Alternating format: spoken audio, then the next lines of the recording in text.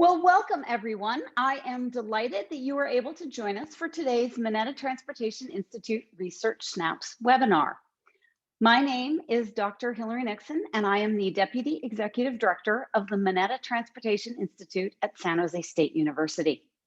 MTI leads the California State University Transportation Consortium, funded by the Road Repair and Accountability Act of 2017, as well as the Mineta Consortium for Transportation Mobility, funded by the U.S. Department of Transportation.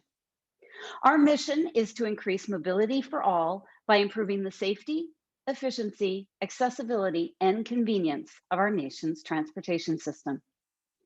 Today's webinar, which was specifically requested by the City of San Jose's Department of Transportation, has some exciting information about using data analysis to improve our understanding of travel patterns.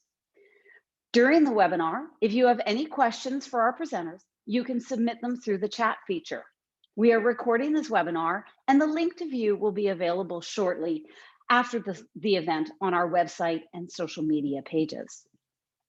Today's webinar explores if and how geosocial network data, in this case Twitter data, can be used to understand and explain commuting and non-commuting travel patterns. When comparing a robust set of tweets from the Bay Area to US Census loads data, our researchers found that the data closely matched and concluded that the common practice of employing loads data to extrapolate to overall traffic demand is indeed justified. To learn more, let's turn to the experts. It gives me great pleasure to introduce today's speakers. MTI Research Associate, Dr. Johan Albrecht, is an MTI Research Associate and Professor of Computational Geography at Hunter College, part of the City University of New York. He is the author of 2 books and over 55 refereed publications, and currently serves on the boards of the GIS Certification Institute, the California Geographic Information Association, and BayGeo. And Dr. Lakshmi Ramasubramanian, who is AICP certified MTI Research Associate, as well as Professor and Chair of the Department of Urban and Regional Planning at San Jose State University. She is an expert in participatory planning using GIS and other tools. She is also the incoming president of the Association of Collegiate Schools of Planning. Thank you so much to both of you for taking the time to be here today and share with us the details of your exciting research. I give you the floor. Thank you, Hillary.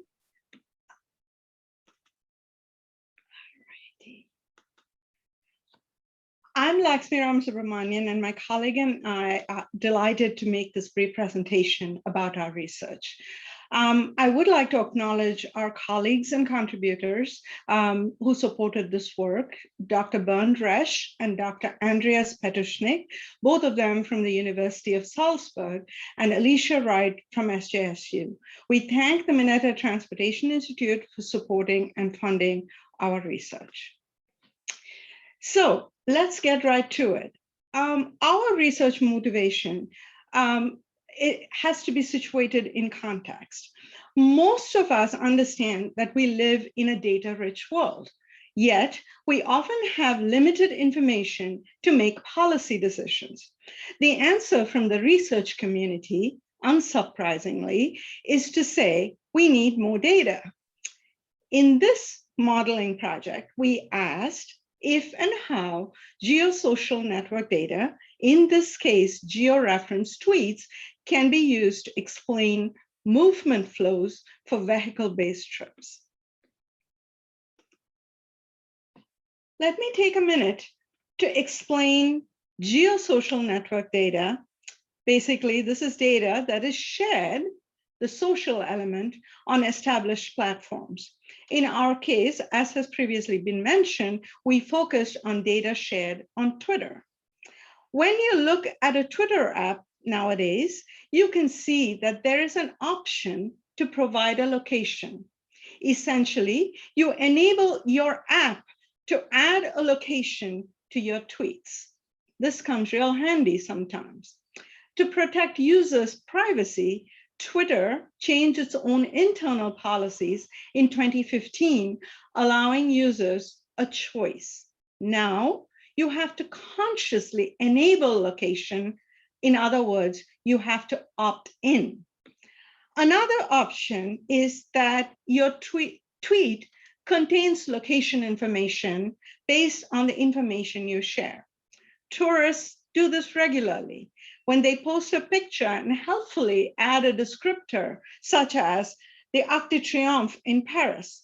Depending on the descriptor, you can get a more or less precise location by analyzing the tweet itself. This is the basis of semantic analysis, in other words, understanding the meaning of the words in context. In this particular research project, we did not use semantic analysis, but we do have the data available to undertake it as a next step. So in this slide, I want to share with you an illustration of our point that I made just earlier. So this is a profile of geospatial, in other words, georeferenced tweets in the Bay Area sorted by county.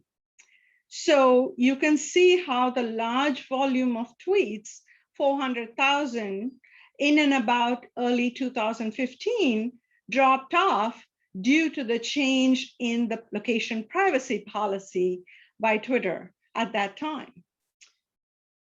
Nevertheless, we do have a large volume of Twitter data to discuss. So taken as a whole, between 2010 and 2020, we have a very large data set, about 44 million tweets, each with a geolocation. However, when we try to understand the impact of a short-term everyday phenomena, we do have far fewer tweets. In other words, the universe of tweets for a short time frame is by definition small. Humans make sense of the tweet and react to it, or can react to it, without the location information if they understand the local context. But that information is irrelevant to someone who may not be around that location in a particular time. In other words, what I mean to say is that if you're trying to comment on a road closure in a particular part of the Bay Area, that is only relevant to the folks who are traversing that area at that particular time, and it's irrelevant to somebody looking at that tweet from another part of the country. So moving along, I also want to discuss some of the authoritative data sources that we use to measure flows. In this research, we compared our Twitter data set that I just discussed, which was generated and is maintained by our colleagues from the University of Salzburg, with the standard authoritative data source of data from the census. Transportation planners are probably well familiar with these data sets, which we will be referring to as loads here, which itself is like an acronym of an acronym because it's the LEHD, Origin Destination Employment Statistics data set. So we have over 3 million block-to-block origin destination pairs, basically commute trips, because the LEHD data set typically covers work commute trips, in other words, residence to work pairs. Now, we downloaded and mapped the loads data. That was the relatively easy part of our project, which here you can see it's familiar, it's visually interesting, and obviously we realize that some road segments are more heavily traversed than others. No surprise to anybody in the region. Let's move to discussing our project workflow. Before you have an anxiety attack looking at this very dense slide, let me assure you, we'll show you the slide 3 times, and each time we urge you to focus only on the red box. So one of the first tasks we had was to create an OD matrix for the Twitter data. So creating an OD matrix for the loads data was pretty straightforward. But then what we really did is we built an OD matrix for the Twitter data using the georeference tweets. If you want to chat about how to build the OD matrix for the Twitter data, we recommend you chat with us afterwards. But suffice to say, we generated 33 million tweets that each represent one OD pair. Now, let's look at some visualizations. This is a visualization of geospatial tweets in the first and the second, the A and the B of the image, and the loads data in item C. So you can look at visualization of movement flows at a very coarse spatial scale from county to county. This visualization shows the volume of tweets in each county in thousands in over a 10-year period, and what the tweets communicate about how people moved between counties. Likewise, the loads data also communicates how people moved between counties. Noteworthy is the large volume of movement within each county and some differences between rush hour trips and non-rush hour trips. Let's look at the project workflow diagram one more time. Now we want to look at trying to understand commuting flows and trip purpose, and we use two different methods to do this. So the first method focuses on using flow data, and the second method uses land use data. So looking at flow data and trip purpose, we found that geospatial tweets reference trips that are shorter, and this is consistent with what we saw earlier at the county level. There are lots of trips within the same county. The median Twitter-based trip is only 3 minutes long, and the range of the trips is from 1 minute to 3 hours in our study area. Now, we want to move to land use. Oops, did I get it wrong? Non-commute trip is not land use. Sorry. Which slide am I on now? Commuting flows and trip purpose. Do you want to try it now?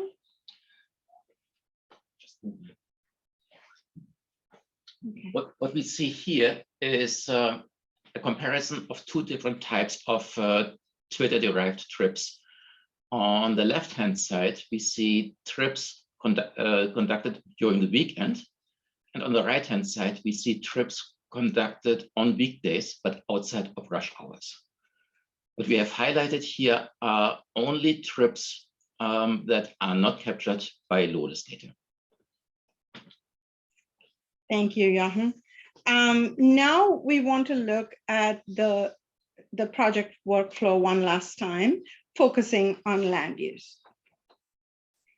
So this one, we want to show the loads data on the far right of your screen, which shows the land use classes and the trip, the origin and destination flow based on land use class. So here you can see there are residential origin trips that go to a variety of destinations consistent with regular commute trips, one to many.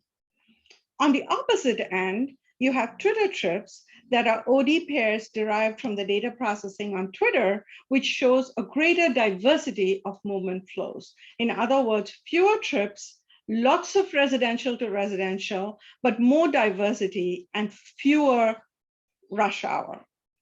There's more trips in non-rush hour. So considering that about 16 to 17% of all commuting trips overall, 16 to 17% of all trips are commuting trips, our data appears to be consistent. And now we want to summarize our findings. And here we want to point out that the literature says, of the point that I made just a minute ago, that only about 16 to 17% of all trips are commuting related. And our research shows that the road segment usage for all types of trips is virtually the same. What this map shows is that where there is a difference between the typical commute route and a Twitter-based route, we are focusing here on the differences because a map showing the similarity or the congruence of the two data sources would be visually so overwhelming that the differences cannot be discerned. When we zoom into the map, we can see that the fraction of the differences compared to the overall number of road segments is quite minuscule. Jochen, do you want to provide the future research directions of our project?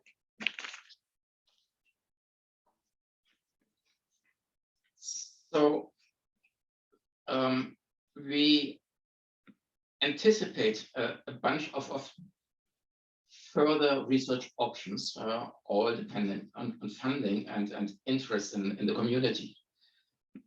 One obvious choice would be to look at the non-commute trips and trying to find out where they are going to. So in a large number of cases, they are from residence to residential area to residential area. That's like visiting friends.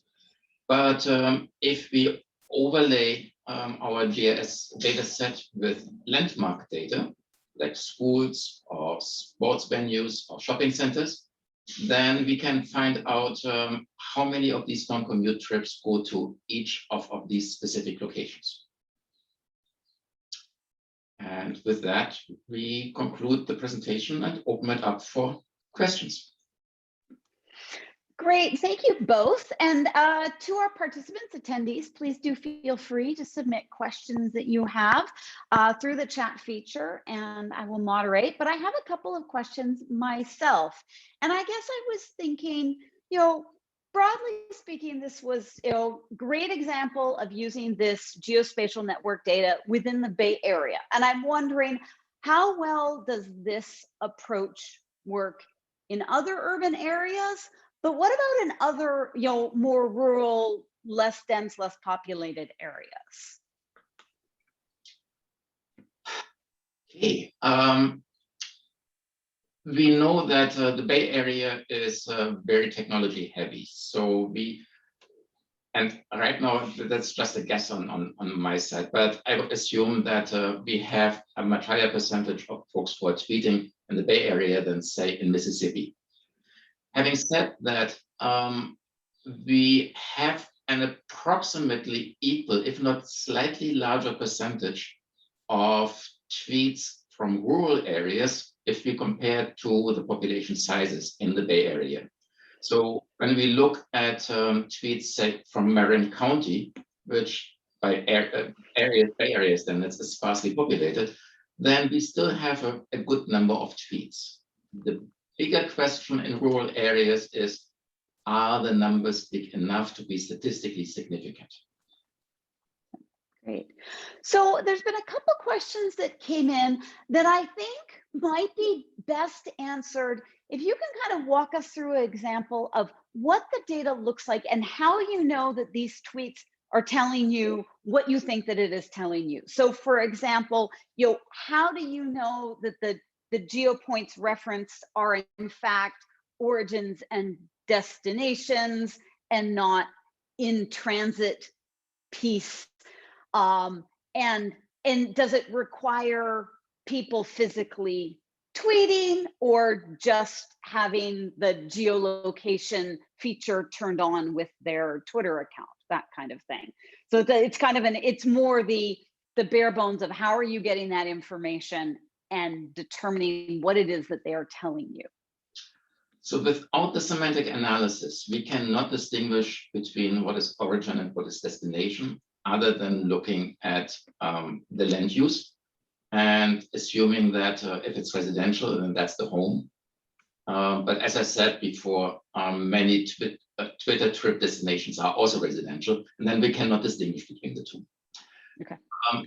One of the filters that we applied to the original Twitter data was to look at repeated trips. So the same Twitter ID has to make that origin destination pair at least 3 times a month. So individual trips are not covered. The one-off trips. The other thing is the person actually has to tweet. So just having it is fair to assume, and that was one of the questions in the chat, that people do not switch the location privacy toggle on and off on a daily basis or on an hourly basis. So they either fine with their locational reference being recorded or they are not, and that's how they proceed. But we still get the data only when a tweet is actually made. So we only capture those trips, which is why we end up with only 33 million as opposed to hundreds of millions. We only capture those trips where people are indeed tweeting shortly before they leave and shortly after they arrive, wherever they arrive on a regular basis. We do not distinguish between intermediate destinations. So if somebody is doing trip chaining and is doing that on a regular basis, then it would show up as the first segment, then the second segment, and then potentially the third segment, as 3 different trips. Great. So a couple other questions have come in, and I know that's something that we've talked about, and it's kind of thinking about the use of Twitter data as opposed to other social network sources such as Facebook, WhatsApp, those kind of things. And so I guess the question is both, why did you choose Twitter and how representative is that data set to other social network sources? Twitter is by far not the largest social network. So there are all the Facebook related, Facebook itself, but then also the Facebook related apps tend to be much bigger. However, the locational reference is not as well provided, and the API is not as open as the one for Twitter. So Twitter is by far the easiest to use as long as we just work with the automatically recorded location. The moment we would move into semantic analysis, the universe of the larger social networks would be considerably bigger. Great.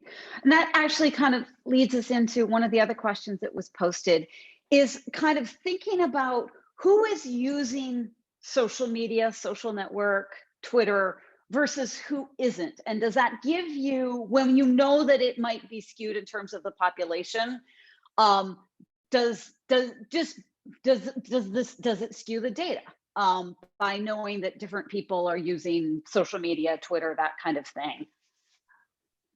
We are confident that it skews the data, but the same is true for the Lotus data. The same is true for just about any kind of data that we are collecting. It's very hard to overcome those limitations to reach the unreachable populations, whether that's a language barrier or a wealth barrier or whatever.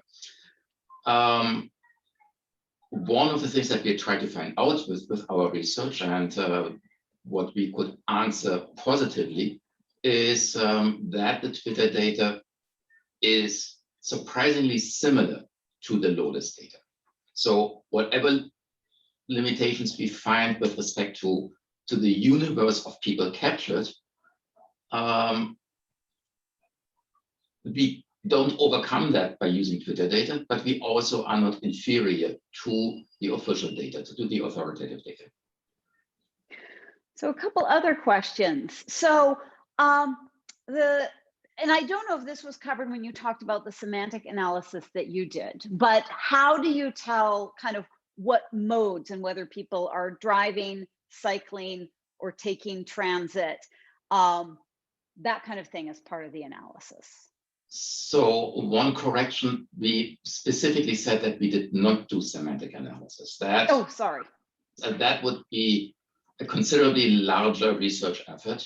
I'm happy to talk about that, but it's far more involved. So we went for the shortcut and worked with all those tweets where we actually had XY locations as part of the tweet itself.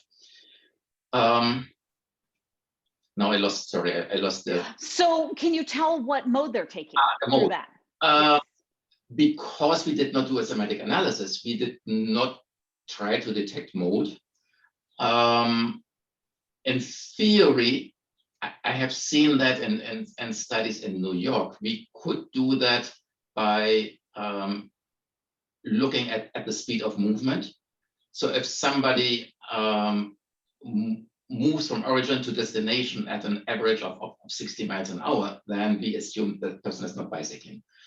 However, for this research here, we have limited ourselves just to assuming that people move by car. And it would be relatively straightforward to model the same thing using public transit. And in the Bay Area, at least in the core Bay Area, that is a very reasonable line of research, extension of research. The reason that we went for the car-based commutes and other trips right now is that they form the far majority of trips outside of San Francisco. So San Francisco is really a different world. So all the trips within San Francisco that are close to 50% public transit based. Whereas the moment we leave the city/county boundary, some 80% of all trips are car-based. And so that's what we.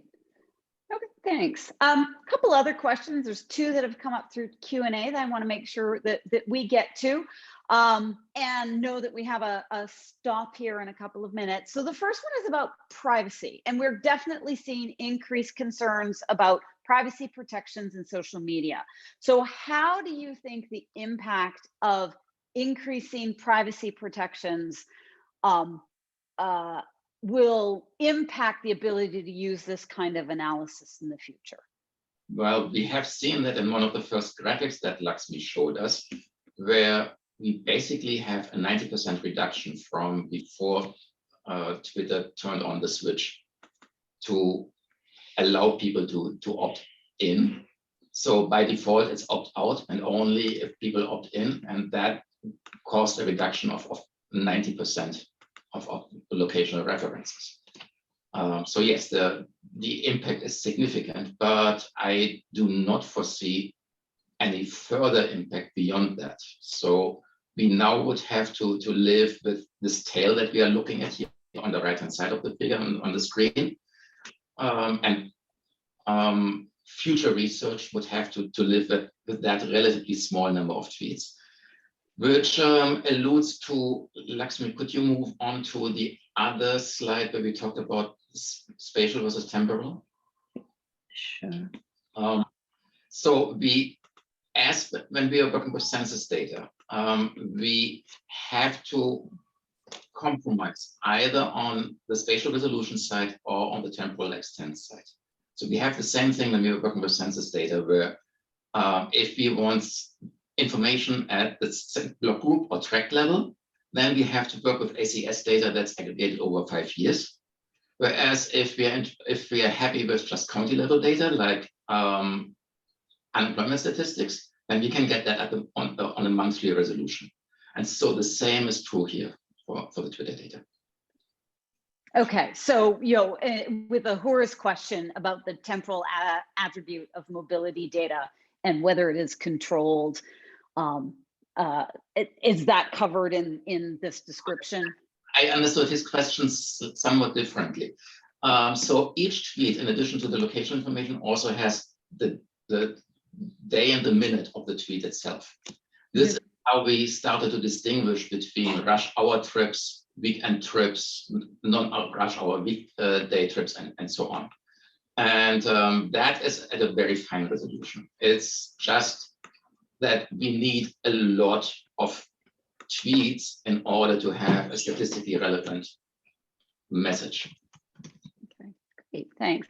And we've hit 12:30, but just one final, I want to clarify just because Richard has it, and I'm pretty sure I know the answer to this one now, but if a traveler makes a stop but is not tweeting, that destination is not identified. So basically, they have to tweet to confirm the destination. So that will answer Richard's question there.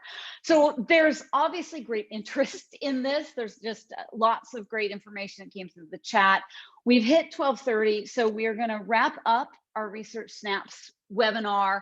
But I think what I have gathered is that this is definitely an area for future study, and obviously I can see how big the projects could get given the size of the data set as well as the interest. So I certainly hope you will both continue to work on these issues with your research. The report is on our website. This webinar will be posted as well shortly after the webinar, and our next webinar will take place on Friday, July 22nd. It is called Google It, and it is an evaluation of Google's microtransit pilot via G2 and the future of commuting. It is at 10 a.m. Pacific, and you can register online through our website. So thank you very much, everyone, and we look forward to seeing you at our next Research Snaps webinar. Participants are welcome to email us. Great, thank you so much. Thank you.